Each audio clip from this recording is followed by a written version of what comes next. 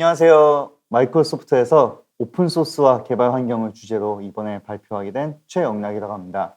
저는 한국 마이크로소프트에서 개발자 커뮤니티와 개발자 생태계 해가지고 기업 내 개발자분들이 어떻게 일을 하실 수 있을지까지도 최근에는 같이 보고 있고요.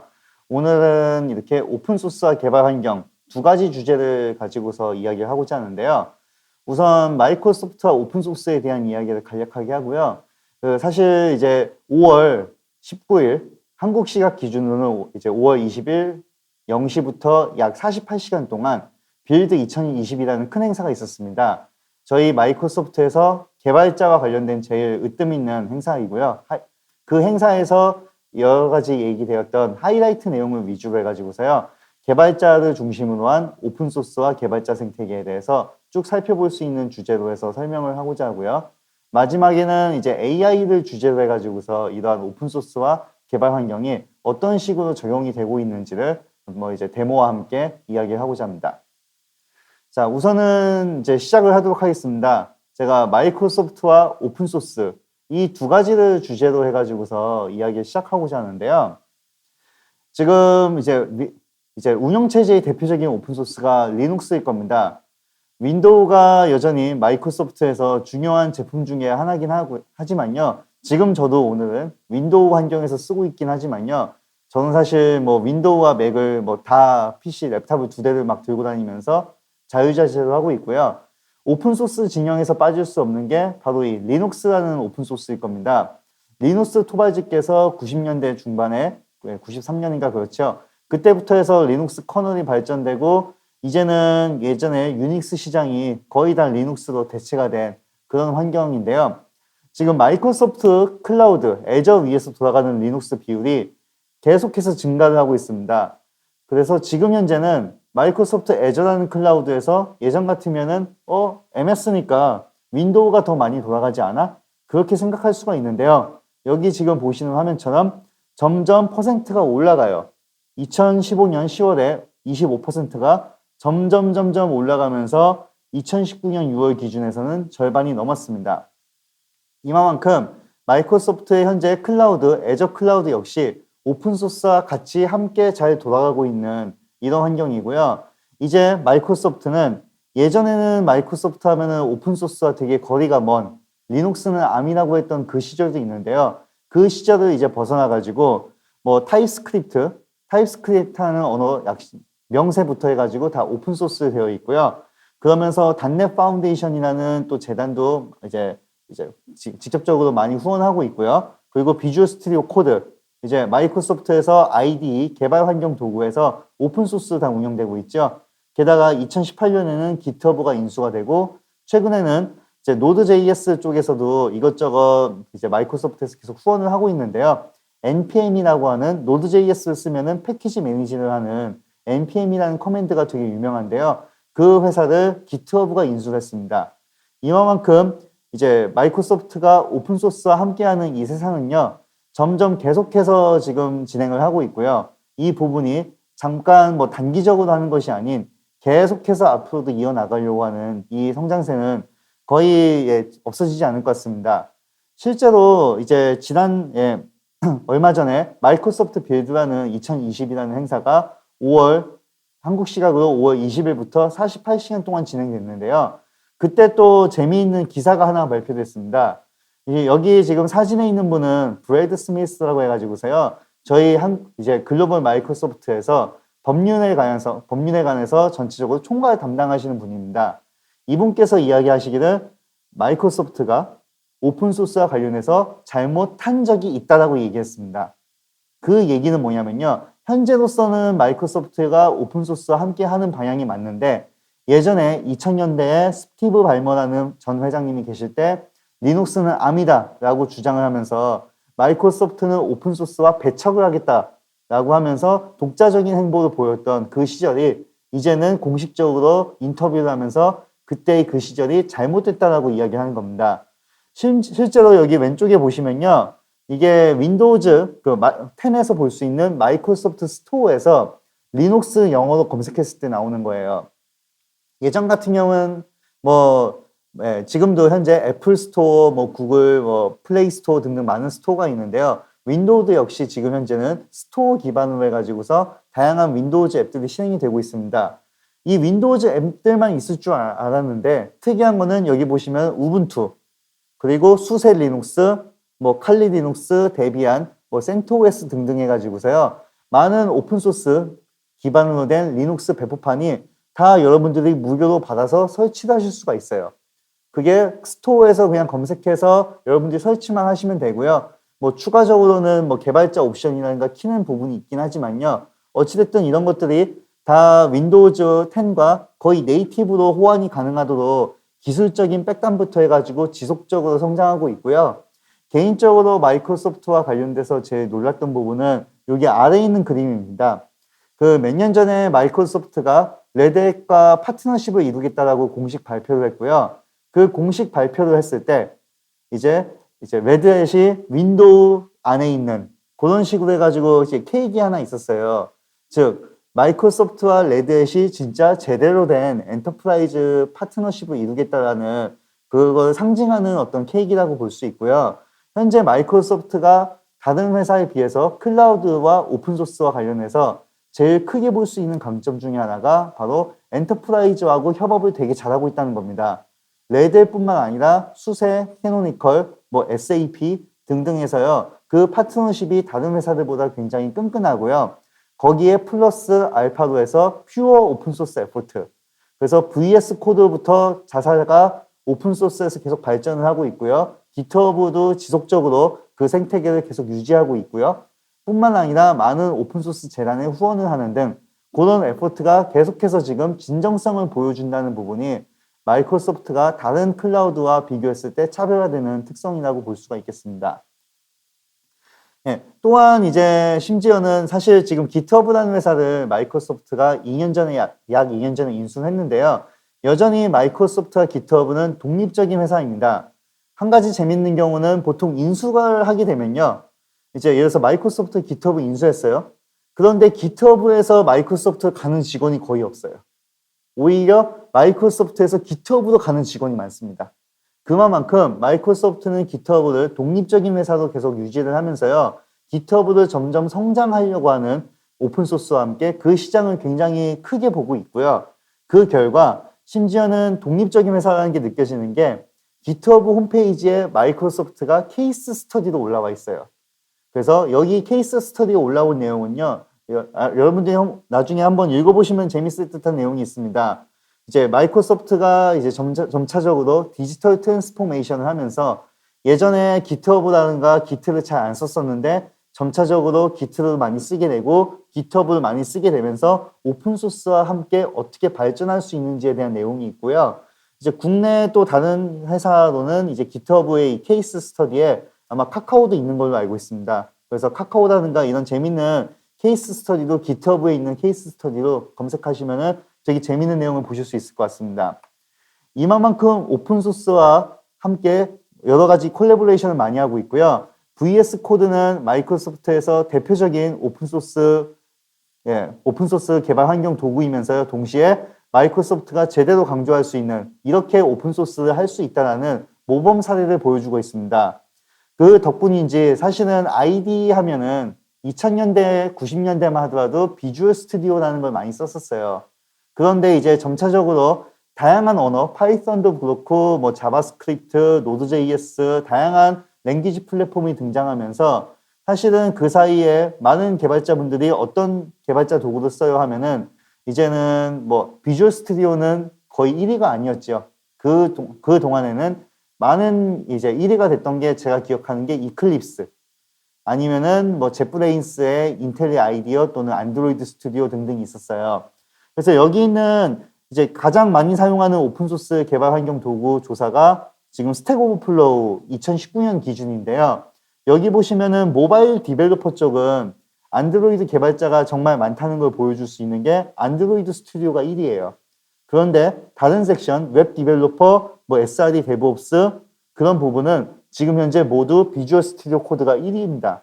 그것도 작년에는 SRE 데브옵스 같은 경우는 2018년 기준은 VIM이 빔이 1위였는데요. 그것이 이제 비주얼 스튜디오 코드가 1위라는 것은 정말 VS 코드가 정말 오픈소스와 함께 그 정신과 함께 사용자분들의, 개발자분들의 피드백을 많이 반영해가지고서요, 오픈소스와 함께 지속적으로 발전하고 있다는 것을 반증하고 있다고 생각합니다. 여기 밑에 있는 GitHub에서 보시면은 VS 코드가 얼마나 빠르게 지금 버전업이 되고 있는지 또한 보실 수가 있을 겁니다. 자, 마지막으로는 마이크로소프트 오픈소스 관련해서 마지막으로는요, 이제 마이크로소프트는 이제 이 오픈소스가 그냥 단순히 뭐 돈만 후원해서 된다, 그렇게 보고 있지 않고요.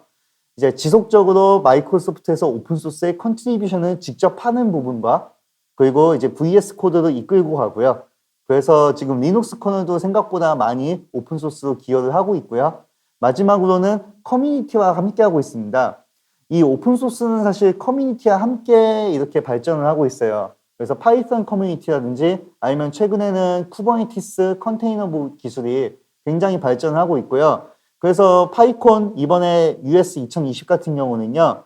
저희가 이제 또 디지털 이제 최근에 코로나19 현상으로 인해 가지고서요. 질병으로 인해서 전 세계가 지금 굉장히 고통받고 있는 상황인데요.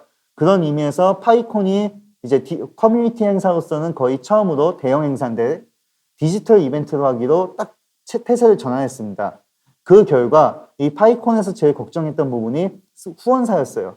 왜냐하면은 기존에 오프라인으로 행사를 했을 경우는 사람들이 오프라인에서 딱 오면서 행사를 구경하고 거기서 기업의 프레젠스가 굉장히 높아지는데 디지털로 했을 경우는 과연 얼마나 많은 후원사들이 모일까가 파이콘 재단에서도 파이썬 소프트웨어 재단에서도 되게 많은 걱정되는 부분이었고요. 그 결과 그럼에도 불구하고 마이크로소프트에서는 키스톤으로 후원을 계속하겠다. 그렇게 보여주면서 커뮤니티와 진정성 있게 다가가려는 노력을 했고요. 왼쪽에 있는 부분은 쿠브콘이라고 해가지고 쿠버네티스에 대한 관련된 컨테이너를 관리하는 쿠버네티스의 가장 큰 행사였고요. 이 행사 역시 구글이 아무래도 그 쿠버네티스라는 소프트웨어가 처음에 구글에서 이제 프로덕트가 나왔기 때문에 쿠버네티스 포럼에 쿠브콘에 구글 클라우드가 많은 후원을 하고 있는데요. 마이크로소프트 애저도 역시 못지않게 지속해서 후원을 하고 있습니다. 이런 부분, 즉 커뮤니티와 함께하는 마이크로소프트라는 부분이 진정성 있게 마이크로소프트가 오픈소스와 관련해서 어떤 모습을 보여주고 있는지를 반증하는 어떤 대표적인 예시라 생각합니다. 자, 다음으로는 본격적으로요. 빌드 2020을 중심으로 해가지고 개발자와 오픈소스를 중심으로 여러 가지 하이라이트를 몇 개만 제가 설명을 하는 걸로 하겠습니다. 자, 이번 빌드 2020은요, 역시 아까도 잠깐 제가 파이콘 행사를 언급하면서 코로나19라는 그 안타까운 상황을 언급을 하였는데요. 빌드 2020도 역시 마이크로소프트 입장에서는 정말 큰 결정을 했습니다. 거의 이 결정을 한 게 아마 2월인가 3월로 알고 있는데 거의 2월쯤일 거예요. 이제 코로나19가 이제 뭐 중국에서 시작됐지만은 한국도 점차적으로 퍼지고 뭐 일본 포함 동남아시아 계속 쭉 퍼지면서 유럽, 미국까지도 강타를 했죠.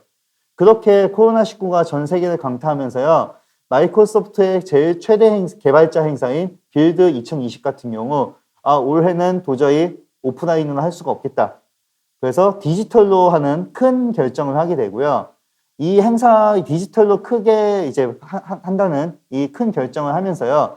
이 오른쪽에 보시면은 마이크로소프트 빌드가 2019년에는 오프라인으로 했었어요. 시애틀에서. 그래서 보시면은 파스텔톤에 좀 아기자기한 느낌을 주면서 개발자분들이 이 오프라인 행사에 와가지고 정말 많은 것을 경험할 수 있도록 그렇게 했었는데 그게 디지털로 급작스럽게 전환하는 부분이 사실 쉽지 않은 것 같습니다. 그래서 마이크로소프트에서 디지털로 급하게 전환하면서 크게 목표를 내세웠던 거는 일단 첫 번째, 마이크로소프트가 또 팀즈라고 해가지고서 이렇게 온라인 이제 컨퍼런스도 할 수 있고 미팅도 할 수 있는 플랫폼이 있어요. 그 팀즈라는 플랫폼을 최대한 잘 활용하자. 두 번째, 대다수의 스피커분들이 여전히 집에서 재택근무를 많이 하고 있기 때문에요. 특히 미국은 여전히 사무실로 출근하는 게 일부 주라든가 아니면 전 세계 국가 중에 일부 국가는 아예 사무실로 출근도 할 수 없습니다. 그렇기 때문에 95%가 이 빌드에서 발표하시는 95%의 발표자가 다 집에서 레코딩을 했어요. 그런 부분. 그리고 세 번째는요. 이게 기획을 마이크로소프트가 굉장히 노력을 해가지고서요. 보통은 이제 빌드 행사라든가 디지털 행사를 하게 되면요. 다 미국 중심으로 흘러가요. 근데 마이크로소프트 같은 경우는 미국 중심이 아닌 48시간 동안 미국 번역, 유럽 번역, 아시아 번역 3개로 나눠가지고서요. 이제 미국에서 키노트는 처음 시작하지만은 그 키노트를 똑같이 이제 그 다음은 미국 시각 다음엔 아시아에서 이제 아침이 되거든요. 그 아시아의 아침이 될 때 키노트를 리플레이하고 주요 이제 뭐 GitHub 액션이라든가 개발자들이 많이 강조될 수 있는 내용 플러스 AI 여러 가지의 내용들은요. 세션을 다시 또 다른 스피커가 또 반복하고 그러니까 발표를 하고요. 그 다음엔 유럽 번역으로 해서 키노트를 또 재생하고 그런 식으로 해가지고서요. 이 48시간이 전 지구를 쭉 돌아가지고서 반복이 될 수 있도록 해서 각 지역마다 빌드를 최대한으로 잘 경험할 수 있도록 이렇게 빌드 디자인을 굉장히 잘한 것 같습니다.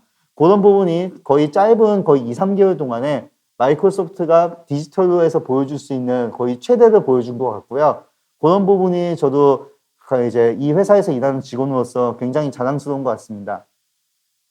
여기 있는 보시는 화면에서 볼 수 있듯이요. 이분은 스컷 엔젤만이라고 해가지고 마이크로소프트에서 특히 단넷과 관련돼서는 엄청난 팬을 또 보유하고 계시는 이제 본사에 계시는 개발자분이세요. 이분 같은 경우도 키노트를 집에서 했어요. 키노트를. 예전 같은 경우는 그래도 이 중요한 행사인데 사무실로 와서 뭐 레코딩을 하고 해야 되는 게 아니냐. 근데 이번 빌드 같은 경우는 그렇지 않고요. 다 집에서 하고 이제 스컷 엔젤만께서 또 필요한 이제 중간중간 발표자분들을 또 초대를 했어요. 초대하면은 또 어떤 발표자는 집에서 강아지와 함께 이렇게 있고 또 어떤 발표자 같은 경우는 부엌 앞에 있고 뭐 그렇게 하면서요. 진짜 리모트로 해가지고 어떻게 디지털 컨퍼런스를 할 수 있는지를 제대로 보여준 것 같고요. 여기서 이제 저희는 이제 빌드 얘기를 하러 온 게 아니기 때문에 제가 개발자와 관련돼서 대표적으로 보여줄 수 있는 강조 부분이 이 부분 윈도우즈 서브 시스템 포 리눅스가 저에게는 가장 큰 또 인상적인 부분이었습니다. 사실 이 부분은 새로운 것은 아닙니다. 작년과 재작년에 마이크로소프트에서는 이제 리눅스 커널이 윈도우 10 위에 올라간다라고 해서요. WSL, 윈도우즈 서브 시스템 포 리눅스를 발표했습니다. 그런데 그 기능이 여러 가지 제약적인 게 있었어요. 제약들이 있었어요. 대표적인 제약 같은 경우 제가 기억나는 게 그 WSL 같은 경우는 아무래도 윈도우에서 리눅스 커널이 공존하고 있기 때문에요. 사실 윈도우와 리눅스라든가 특히 네트워크라든가 아니면 여러 가지 파일 시스템이라든가 이런 부분이 철학적으로 좀 다른 부분이 많습니다. 이제 윈도우에서 FAT라는 파일 시스템부터 NTFS라는 게 이제 리눅스 기반에서 봤을 때 ext34라고 파일 시스템이 구조적으로 많이 다르고요. 그런 의미에서 얼마나 호환될까가 이제 제가 WSL 초창기 나왔을 때 큰 관심사였고요. 실제로 몇 가지들은 이제 아쉽게도 뭐 권한이라든가 우리가 리눅스에서는 chmod라는 명령으로 해가지고서 뭐 64475 해가지고서 기본적인 권한을 줄 수가 있는데 그런 것들이 윈도우즈 파일 시스템에서는 또 지원되지 않기 때문에 그런 약간의 아쉬운 부분들이 있었고 프로세스 매니지먼트, 네트워크 매니지먼트 그런 부분이 아쉬운 부분이 있었고요. 뿐만 아니라 최근에 점차적으로 도커가 이제 컨테이너 기술이 계속 발전하면서요. 이 WSL에서 어떻게 컨테이너를 잘 지원할 수 있을까가 큰 화두였습니다. 마지막으로는 GPU에 대한 부분이었어요. 그래서 아무래도 윈도우에서 GPU를 지원하는 그 기본적인 드라이버부터 많은 기능들이 WSL에서는 기본적으로 지원 안 되는 몇 가지 제약적인 하드웨어적인 어떤 호환성, 드라이버 호환성으로 인해 가지고서 지원하기 어려웠던 부분이 많습니다. 그런 기반적인 것들을요, 엔진부터 해가지고 다시 리아키텍처링해서 설계해가지고 많은 부분이 성능부터 개선된 게 이 WSL2고요. 이 부분을 통해 가지고서 이 부분이 이 빌드 2020에서 크게 강조가 되었었고요. 윈도우즈 터미널 또한 강조가 됐습니다. 제가 지금부터 데모를 잠깐 보여드리고자 합니다. 잠시만요. 네, 지금 보여드리는 화면이 윈도우즈 터미널입니다. 이 윈도우즈 터미널을 제가 여기서 어바웃을 실행하게 되면요. 터미널 버전이 1.0이라고 나오고 있습니다. 터미널 버전 1.0이 이번 빌드를 맞이해 가지고서 이제 1.0이 릴리즈가 되었고요. 이 1.0을 쓰게 되면요. 여러분들이 뭐 기존 버전도 사실 그랬긴 하지만요. 다음과 같이 제가 지금 보시면은 컨트롤 시프트 1로 하면은 파워쉘이 실행되고 컨트롤 시프트 2로 하면은 우리가 전통적으로 쓰는 명령 프롬프트가 실행되고 이런 식으로 해서 다 조정을 할 수가 있고요. 지금 제가 여기 설치한 화면에서는 제가 여기 처음 보는 탭에서는 우분투 20.04 LTS 우분투 20.04가 2020년 4월 달에 나온 최신 버전이거든요. 그거가 지금 설치가 되어 있는 상황이고요. 그리고 그 다음 탭에서는 파워쉘, 지금 파워쉘이 실행되고 있는 겁니다. 그래서 예를 들어서 제가 뭐 프로세스의 모든 목록을 보고 싶다면 get 프로세스라고 하면은 현재 윈도우에서 실행되고 있는 모든 프로세스 목록을 이렇게 쭉 보실 수가 있고, 이거와 관련돼 가지고서 또 여러 가지 이제 재밌는 뭐 조작도 할 수 있습니다. 파워쉘을 기반으로 하는 부분, 또 명령 프롬프트 여전히 무시할 수 없죠. 우리가 MS-DOS 시절부터 해가지고 잊혀지지 않는 명령 프롬프트입니다. 윈도우즈 버전도 체크할 수 있고 dir이라는 명령어부터 해가지고 많은 부분이 여전히 기억나고 있는 이런 이제 세상인 것 같습니다. 이 명령 프롬프트가 아직까지도 여전히 지워지지 않고 있고요. 여기 네 번째 보는 탭에서는요, 제가 캣의 etc의 issue라고 하면요, 우분투 18.04가 나옵니다. 아까 같은 경우는 우분투 20.04였죠. 지금 윈도우 하나가 돌아가고 있는데요. 이 하나에 돌아가고 있는 로컬에 우분투 20.04와 우분투 18.04가 지금 같이 실행이 되고 있는 겁니다. 이런 식으로도 가능하고요. 필요하다면 또 여러 개의 탭을 이렇게 막 열어가지고서 우분투도 막 실행하고, 뭐 다른 탭, 뭐 우분투 20.04도 실행하고 하면서요. 여러 개의 탭을 이렇게 멀티플로 실행이 가능합니다. 그리고 지금 보시면, 살짝 보시면 감을 느끼시겠지만요. 여기 있는 색상과 여기 있는 색상이 좀 다르죠. 이렇게 각각의 터미널마다 색상도 자유롭게 조절을 할 수가 있습니다. 테마 같은 경우. 이런 부분이 정말 크게 강조가 된 부분인 것 같고요. 자, 또 하나 강조되는 부분은요. 제가 여기서 ls 한 다음에 gimp, azureLife.jpng 해가지고서 명령을 실행하게 되면요. 자, GUI가 이제 윈도우하고 만나고 있습니다. 그래서 예전 같은 경우는 이렇게 GUI가 별도로 실행이 되려면요, 굉장히 많이 힘들었었는데요. 이제는 윈도우 터미널 WSL2로 해가지고서 엔진이 향상이 되면서요, 이 GUI가 바로 이렇게 나오는 거 볼 수가 있습니다. 예, 지난번에 제가 촬영했던 영상이고요. 이렇게 페이스북 슬기로운 애저 생활이라는 커뮤니티에 또 들어가시면요, 이 링크를 또 보실 수도 있습니다. 이렇게 GUI를 자유자재로 실행할 수 있고요. 아니면 제가 또 하나만 실행되는 게 아닙니다. 제가 여기 X텀이라고 해서 이제 X윈도우에서 기본적으로 쓸 수 있는 터미널도 실행할 수 있고요. 여기서 또 ls 해가지고 터미널도 볼 수 있고, 뭐 etc에 제가 또 이슈를 살펴보게 되면요. 네, 우분투 18.04 기준으로 해가지고서 현재 GUI가 윈도우에서 실행이 되고 있는 거예요. 예, 이 부분은 지금 보시면은, 왜냐면은 파워포인트도 실행되고 있고 터미널도 실행되고 있고 왔다 갔다 하잖아요. 예전 같은 경우는 상상도 할 수 없었을 겁니다. 이렇게 GUI라는 부분이 이제는 윈도우와 만나가지고서 이제 이렇게 융합이 되고 있다라는 부분은 윈도우즈 터미널도 그렇고, 이제 윈도우즈 서브시스템 for 리눅스 WSL이 버전 2로 올라가면서요, 많은 성능의 향상도 있었고요. 이뿐만 아니라 마지막에 또 지금 여기 데모에선 제가 보여드리지 못하지만요, 컨테이너, 도커라는 부분이 이제는 WSL2로 올라가면서요, 여기 있는 이 리눅스 기반에서 도커 커맨드로 인해 가지고 여기 있는 도커 환경이 다이렉트로 실행될 수 있게도 이제 버전업이 됐습니다. 그래서 이 직전 버전 WSL만 하더라도요, 이 그 하이퍼V를 기반으로 해서 실제 도커가 실행이 됐었어요. 그런데 이제는 그것이 아닌 이제 WSL2에서 돌아가는 도커를 기반으로 해가지고서 다 동작이 가능하다라는 부분은요, 컨테이너 기술을 WSL2가 올라가면서 버전업이 되면서요, 컨테이너 기술 또한 네이티브로 지원하겠다라는 그런 내용들이 많이 포함되어 있습니다. 자, 다시 슬라이드로 돌아가가지고서 이제는 GitHub를 강조하고자 합니다. 자, GitHub는 이번에도 역시 빌드 2020에서 큰 화두가 되었습니다. 자, 왼쪽 밑에 있는 부분은요, 이제 빌드 2019 때 강조됐던 거예요. 빌드 2019 때는 36밀리언 디벨로퍼, 3,600만 명의 개발자들이 이제 GitHub에서 활동을 하고 있다. 빌드 2020에서는요, 50밀리언, 5천만 명, 대한민국 인구수만큼이죠. 이 대한민국 인구수만큼의 개발자들이 GitHub에서 이것저것 자유롭게 활동을 하고 있다는 겁니다. 정말 많은 개발자분들이 점차적으로 GitHub으로 많이 모이고 있다는 거고요. 이 부분은 한때는 이런 얘기도 있었어요. 마이크로소프트가 GitHub를 인수했기 때문에 개발자분들이 다 도망갈 거다. 그렇지 않습니다. 오히려 더 많이 모이고 있고요. 그런 의미에서는 마이크로소프트가 GitHub와 관련돼서, 특히 오픈소스와 관련돼서 보여줄 수 있는 이 진정성이 계속해서 유지되고 있다라는 부분을 저는 강조하고 싶고요. 자, 또 이제 이거와 관련돼 가지고서 코드 스페이스라는 부분이 이 빌드 2020에서 굉장히 또 하이라이트가 됐었는데요.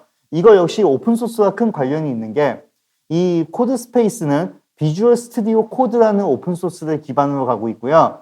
이 코드 스페이스의 목표는 어디 스페이스, 어디 공간에서나 코드를 자유롭게 개발할 수 있는 그 환경을 제공하겠다는 거고요.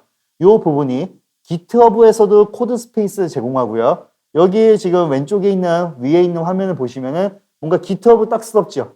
GitHub에 있는 화면에서 VS 코드, GitHub 홈페이지에서 이 비주얼 스튜디오 코드를 웹 브라우저로 경험하실 수가 있는 거예요. 뿐만 아니라 마이크로소프트 애저에서도 VS 코드를 기반으로 한 코드 스페이스 환경을 그대로 제공하고 있습니다.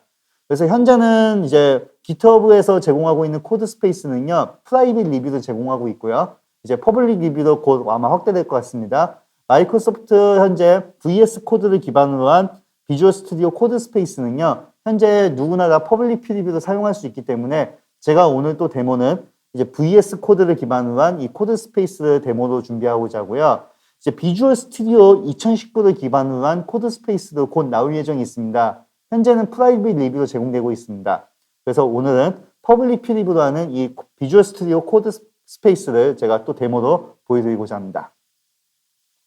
자, 지금부터 데모를 살펴보도록 하겠습니다. 지금 보시는 화면이요. 지금 애저에서 제가 이제 리소스 그룹이 하나가 생성이 되어 있어요. 보면은 비주얼 스튜디오 온라인 플랜이라고 해서 하나가 있죠.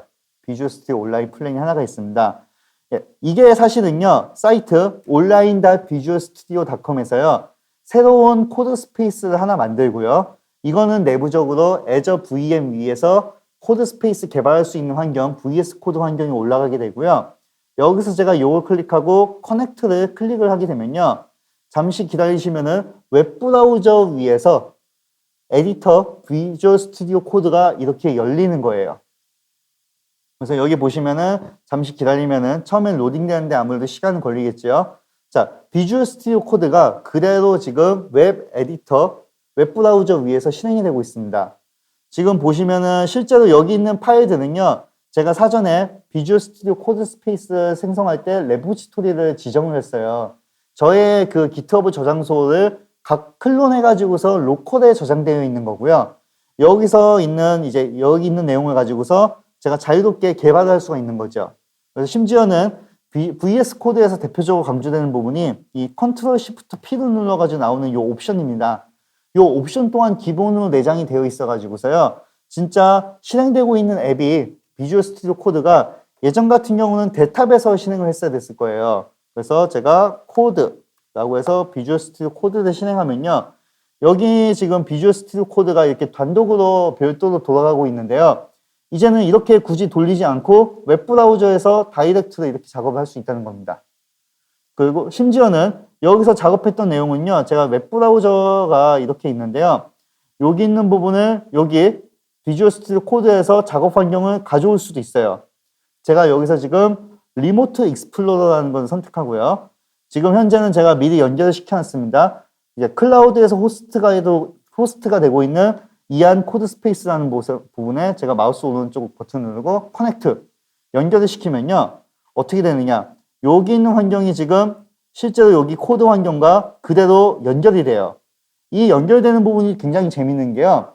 예를 들어서 제가 index.html 파일에서 자, 리액트 앱인데 자, 한글로 테스트 이렇게 쳐요. 그렇게 되면요. 제가 아까 설명했을 때 저장소를 클론했다고 했죠. 그래서 로컬에서는 이게 어떻게 되냐면 modification 10, 예, 수정된 상태라고 이렇게 나오는 걸 VS 코드에서 자동으로 나오는 걸 볼 수가 있습니다. 그리고 내용 지금 파일은 홈에 VS 온라인 해가지고서 비주얼 스튜디오 코드 온라인에서 수정이 되고 있는 거죠. 자, 제가 아까 띄운 IDE에서 살펴보게 되면요. 자, 실제 에디터에서 index.html을 보게 되면요. 자, 봅시다. 예, 제가 로컬 환경임에도 불구하고 이 테스트한 글씨가 바로 반영이 됐죠. 즉, VS 코드 웹브라우저에서 실행되는 환경이 지금 제 로컬에서 실행되는 환경하고 지금 100% 동기화가 이루어지고 있는 겁니다. 이렇게 함으로써요. 개발자는 진짜 VS 코드 환경만 온라인 이제 코드 스페이스 환경만 딱 끼워 놓으면요. 어디서든 똑같이 심리스한 환경에서 개발을 할 수가 있는 거예요. 변하지 않고. 그래서 여기서 또 작업하다가 뭐 제 데스크탑에서 작업하다가 다시 또 웹브라우저 통해서 딴 컴퓨터 가서 뭐 자기 작업을 할 수도 있고, 또 자기 컴퓨터 오면은 데스크탑에서 VS 코드로 작업할 수도 있고, 이렇게 코드 스페이스가 여러 가지 스페이스 넘나들면서 자유롭게 개발할 수 있는 환경이 이번에 VS 코드, 비주얼 코드 스페이스라고 해서 강조가 되어 있고요.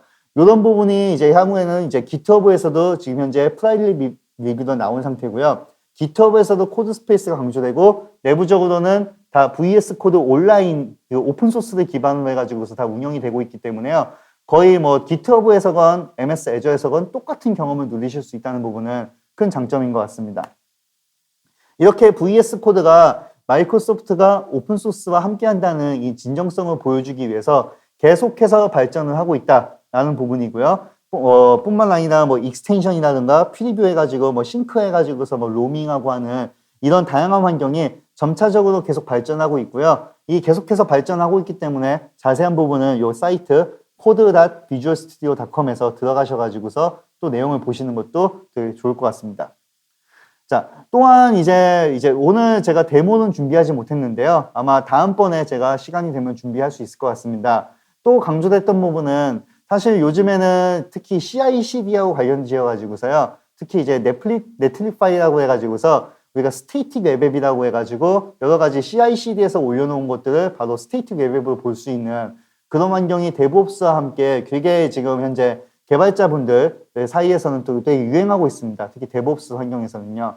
그래서 애저에서도 이제 애저 스테이틱 웹앱이라고 나와가지고서요. 정적인 웹앱을 CI/CD와 연계 지어가지고서 빠르게 배포함으로써 결과를 빠르게 확인함으로써 하면서 리뷰도 빠르게 하고 하면서 코드를 기반으로 한 생산성을 향상시킬 수 있다라고 하는 부분이 이번에 애저 스테이틱 웹앱이 빌드 2020에서 강조가 됐고요.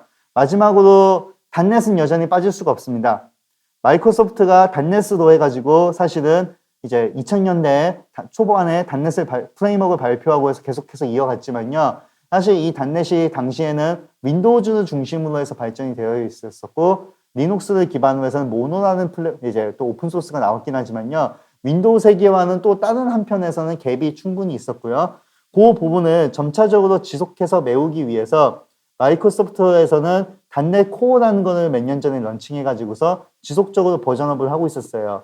그래서 작년 빌드 때 강조가 됐었는데 이제 올해 11월 예정으로 해서 단넷 5.0이 출시될 예정이고, 이 단넷 5.0을 단넷 코어 해가지고서 3.1로 해가지고서 아우르는 그 트랙과 단넷이 지속적으로 발전해가지고서 가는 트랙이 만나가지고서 단넷 5가 나올 예정이 있습니다.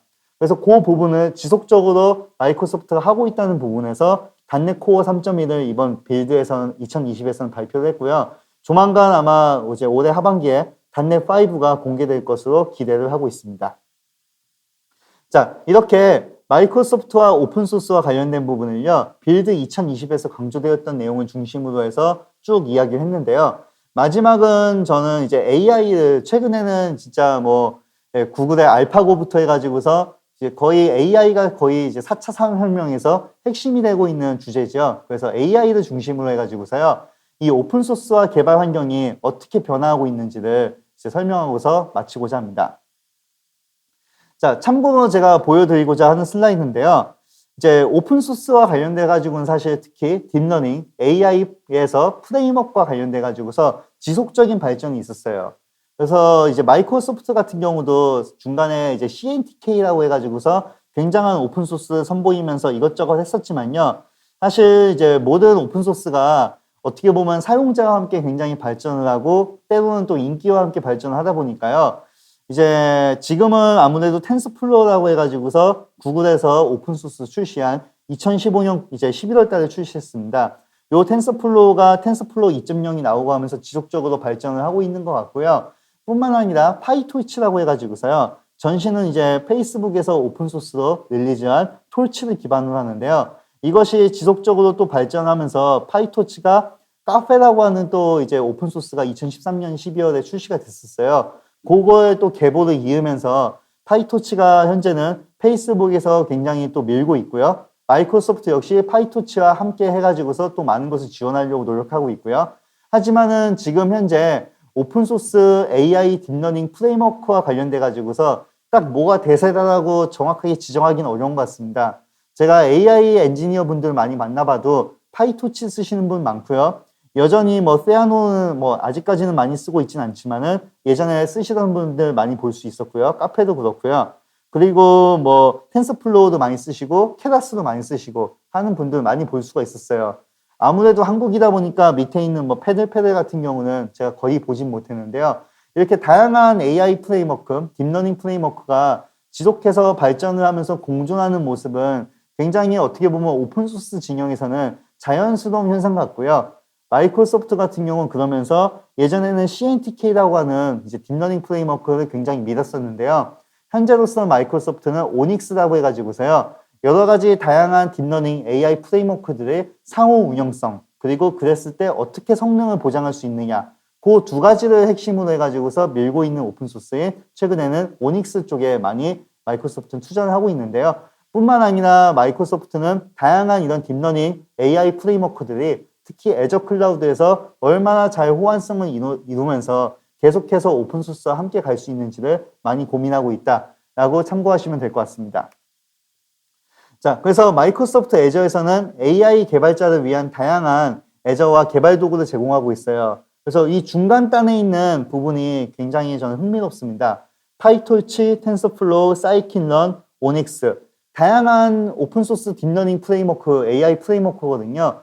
그런 것들을 마이크로소프트 애저가 잘 지원을 하면서 플러스 알파 동시에 위에 보실 수 있듯이 비주얼 스튜디오 코드, 주피터, 오픈소스와 함께 지속적으로 사용 경험성을 제공한다라는 부분이 핵심이라고 볼 수 있고요. 이제 또한 이제 머신러닝 버추얼 머신 이런 거에서 보실 수 있는 부분은요. 이제 다양한 딥러닝 프레임워크, 오픈소스 프레임워크들이 이제 기본적으로 미리 설치가 돼서 제공을 함으로써요. 사용자들은 이제 뭐 프레임워크 설치할 때 버전이라든가 그런 거 고민을 좀 덜 하면서 애저 위에서 다양한 환경에서 개발할 수 있도록 이렇게 제공하고 있습니다.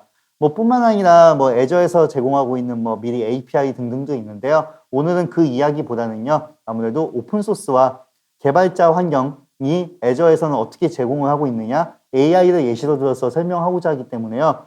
그 부분을 저는 이렇게 스크린샷 4개로 준비했습니다. 첫 번째 스크린샷은요. 애저 노트북입니다. notebook.azure.com이고요. 이 사이트 보시면요. 마이크로소프트에서 주피터 노트북을요. 오픈소스 기반으로 해가지고 무료로 제공하고 있어요. 그래서 이제 요즘에도 여전히 많은 분들이 주피터 노트북을 로컬에 설치하고 하면서 AI를 배우고 계시는데요. 뭐 그거가 나쁘다는 얘기는 아니고요. 다만 여러 사람이 쉽게 공유하려면 노트북 자신이 만들어가지고 다른 사람하고 공유하려면은 IPYNB 그 파일을 결국 보내서 뭐 대상 이제 또 딴 사람은 또 로컬 환경에 막 설치하고 하면서 보잖아요. 그것이 아닌 이렇게 애저 노트북으로 인해 가지고서 쉽게 공유하면서 다른 사람도 동시에 보면서 작업할 수 있다는 부분은 큰 장점이라고 생각하고요.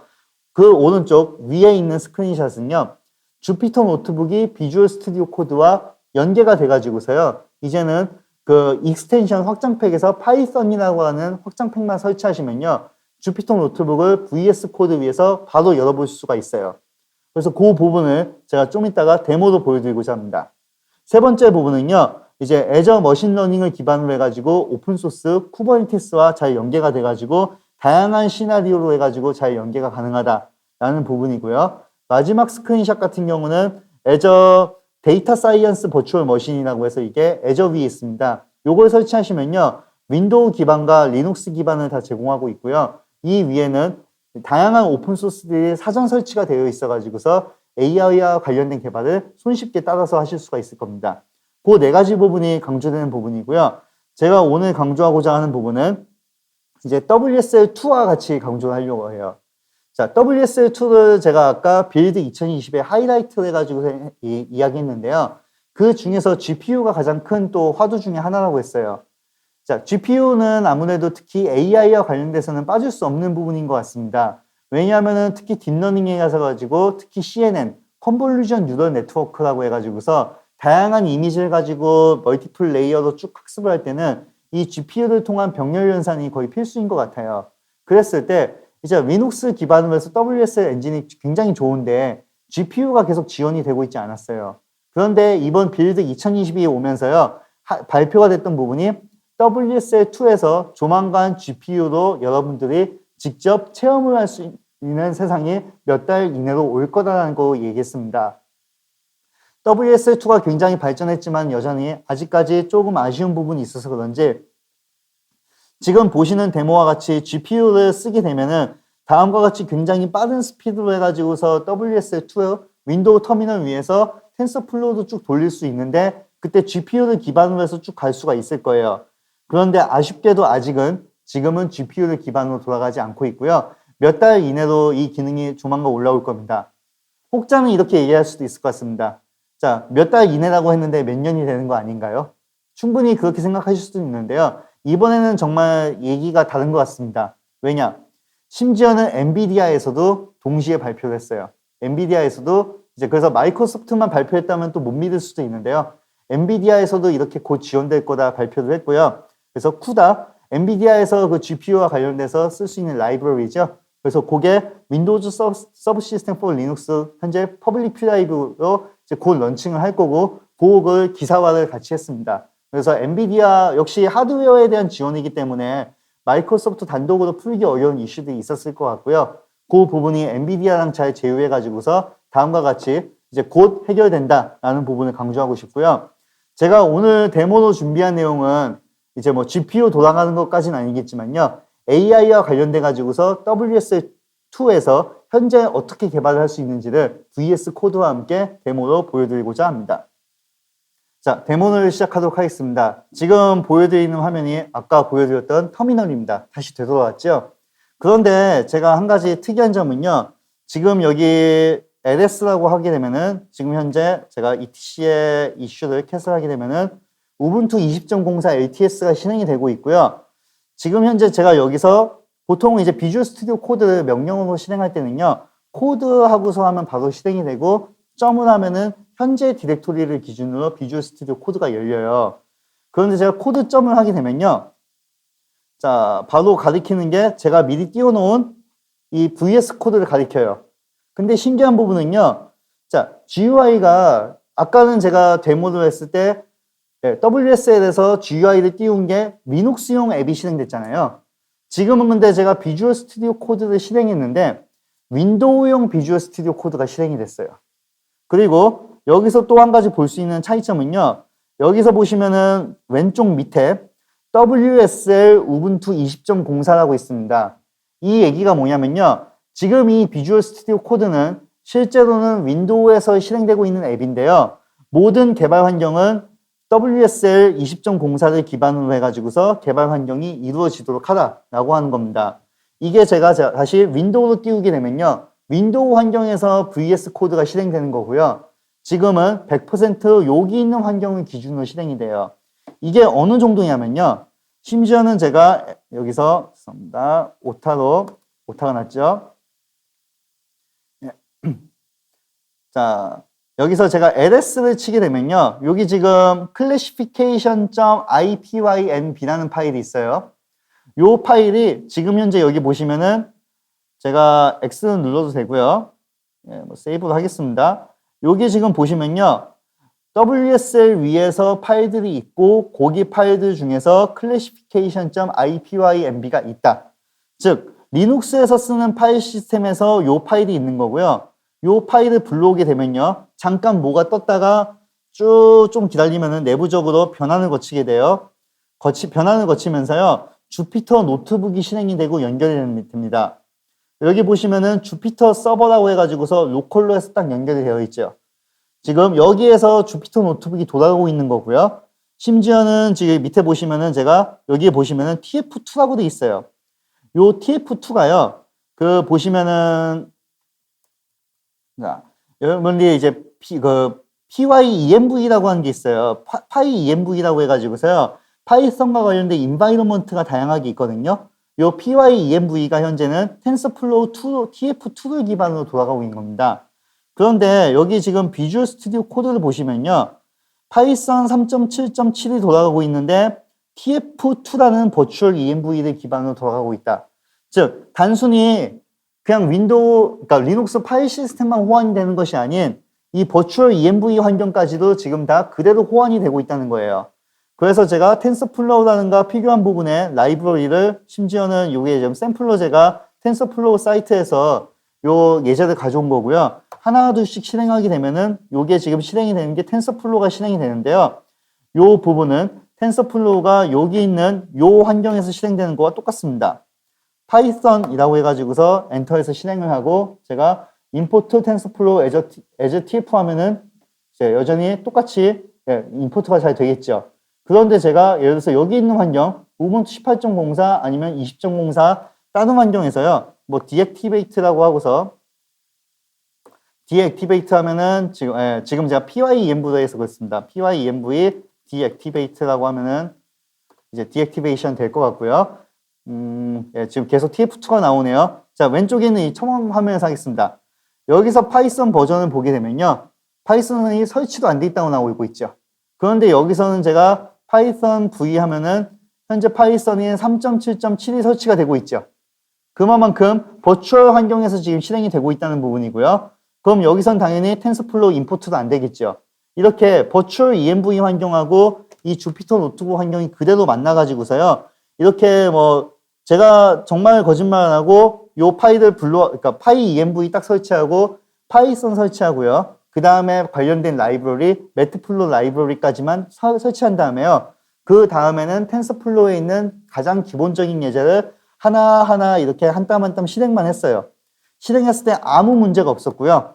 요 결과 아무 문제 없다 보니까 밑에 결과까지도 다음과 같이 예측은 몇 가지 돌아가고 샘플로 테스트 결과도 나오고 이런 부분이요. 예전에는 주피터 노트북을 또 윈도우용을 뭐 직접 설치해가지고 뭐 아나콘다 설치하고 뭐 이것저것 설치하고 파이썬도 뭐 윈도우용을 설치해가지고 막 돌아가고 했다면은 아니면은 파이썬은 WSL에서 리눅스용을 설치하고서 거기서 일일이 돌리고 GUI를 확인을 못했다라고 한다면요.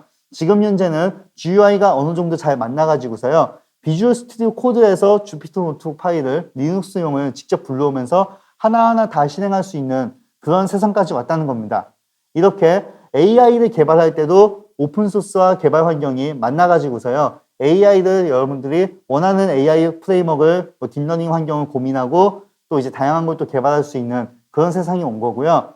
뭐 그러면 마이크로소프트는 AI와 관련돼 가지고 이런 것만 하느냐? 사실 그렇지는 않고요. 저희는 예를 들면은 azure.microsoft.com에서요. 다양한 API를 테스트하실 수가 있어요. MS에서 사전에 학습한 AI고요. 그런 거 하시면 얼굴 인식부터 해가지고서 다양하게 뭐 나이를 추측한다든지 감정을 추측한다든지 그런 다양한 API가 사전에 미리 학습된 게 있기 때문에요. 여러분이 AI로 학습하시려고 하는 원하는 내용이 있으면 그건 직접 학습하시고 그렇지 않고 애저를 이용하실 부분을 이용하시면서요. AI를 자유자재로 다루실 수 있는 그런 세상을 마이크로소프트는 꿈꾸고 있고요. 이번 빌드 2020에서 마이크로소프트가 AI와 관련돼 가지고 추가로 강조했던 부분은요. 첫째, AI가 점차 신뢰를 줘야 된다는 겁니다. 그래서 AI가 신뢰를 줘야지 AI가 예를 들면은 뭐 성차별을 한다. AI가 성차별을 하면 안 되겠죠. 그런 의미에서 AI가 어떻게 더 공정성을 보장할 수 있겠느냐. AI를 어떻게 더 신뢰하면서 기업들이 이용할 수 있겠느냐라는 부분에서요. 애저에서 뭐 Responsible ML이라는 부분이 이제 강조가 됐고요. 이 부분은 지금 보시는 화면은 애저 머신러닝 서비스에서요. 이 페어니스라고 해가지고서 이 훈련된 학습된 AI가 뭐 소위 말해서 성차별을 하고 있는지 하고 있지 않은지 남성 편향적인지 여성 편향적인지 그런 부분도 다 보여줄 수 있는 그런 UI가 어떤 제공되는 기능이 현재는 프리뷰 상태로 공개가 된 상태고요. 이걸 포함해 가지고서 어떤 AI가 도덕적으로 어떤 문제가 있을 수 있다거나 그런 부분에서 페어니스부터 해가지고서 다양하게 AI가 책임감이 있는 AI로서 제공하고 그것들이 단순히 AI가 책임감 있게 제공한다 뚱그름적인 것이 아닌 실제 머신러닝 서비스와 결합이 돼가지고 이용할 수 있는 이런 여러 가지 부분이 이번 빌드 2020에서는 하이라이트가 되어 있고요. 그뿐만 아니라 예를 들면은 뭐 ETL과 관련된 부분 아니면은 뭐 시냅스라고 해가지고 많은 또 양의 데이터를 어떻게 또 처리한다든지 그런 부분 여러 가지 내용들이 있는데요. 오늘 제가 다루고자 했던 메인 이야기는요. AI 모든 개발자들을 환영한다라는 부분이고요. 마이크로소프트는 모든 개발자를 환영한다는 부분이고 그것을 오픈소스와 개발 환경을 두 가지를 꼭지로 해가지고 전반적인 부분을 최신 빌드 2020에서 하이라이트 됐던 내용과 함께 설명했고요. 마지막은 AI를 토픽으로 해가지고서 조금 더 구체적으로 어떤 부분이 마이크로소프트에서 이렇게 오픈소스와 개발 환경으로 인해 가지고서 그 이제 변화가 되고 있는지를 제가 이제 데모와 함께 비주얼 스튜디오 코드 플러스 WSL2 데모와 함께 해가지고서요. 텐서플로우로 어떻게 주피터 노트북이 돌아가는지를 데모로서 선보였습니다. 자, 여기까지 해가지고서 이제 마이크로소프트가 현재 이제 오픈소스와 개발 환경으로 인해 가지고서 어떻게 바뀌는지를 지속적으로 보여주었고요. 이렇게 마이크로소프트 애저가 예전 같은 경우는 뭐 애저에서 그냥 마이크로소프트가 제공하는 클라우드예요. 윈도우에 여전히 의존 쪽이에요. 그렇게 느끼실 수도 있지만요. 이제는 그렇지 않다는 부분을 많이 느끼실 수 있었을 겁니다. 여러분들이 원하는 목적에 맞게 마이크로소프트 애저 클라우드를요, 오픈소스 개발 환경과 함께 자유롭게 쓰실 수 있고요. 그런 부분이 마이크로소프트에서 계속 강조가 되고 있고요. 앞으로도 많이 강조가 될 것 같습니다. 그래서 이런 애저에서 다양한 부분을 여러분들이 원하는 오픈소스와 함께 자유롭게 개발을 하실 수 있기를 기대하면서 오늘 제 발표를 여기서 마치도록 하겠습니다. 네, 감사합니다.